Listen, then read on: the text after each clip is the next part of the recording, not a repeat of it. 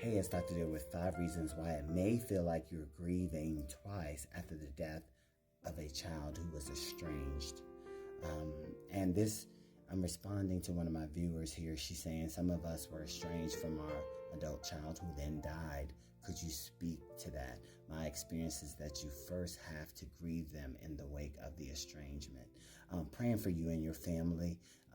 This is a tough grief journey. And what I would say is that we all grieve differently. And so in what order that may come is up to you, because number one, I feel like you're going to experience that anticipatory grief where you feel like you've lost that child initially when the issue happened that caused the estrangement. And then secondly, their physical death, which we're talking about now, is where they're gone and they're never coming back. And so I feel like the parents and the family feel that anticipatory grief during this process. And that leads me to number two. I think naturally a parent goes to grieve that first version of that child when the child was born and the child was, there was a strong bond and the family and the child bonded and everything seemed smooth and that child was the apple of your eye. And then, so you're grieving that. And that leads me to number three is then you grieve that second version of that child, that adult child now. And that's the what if or what could have been this relationship between mom, dad, and the child.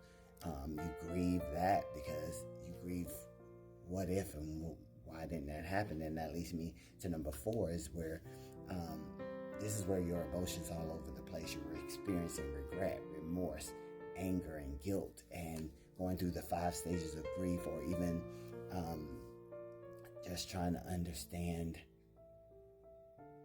how to grieve this child, because I'm assuming there was questions on that, and I hear that from people who are not close to their parents or who are not close to a child and then they passed away, because there's going to be some emotions there, and most people think that they're not, but a lot of them are mixed because you don't know what to do. And then that leads me to number 5. You grieve that the family is never going to be the same because that child is never coming back.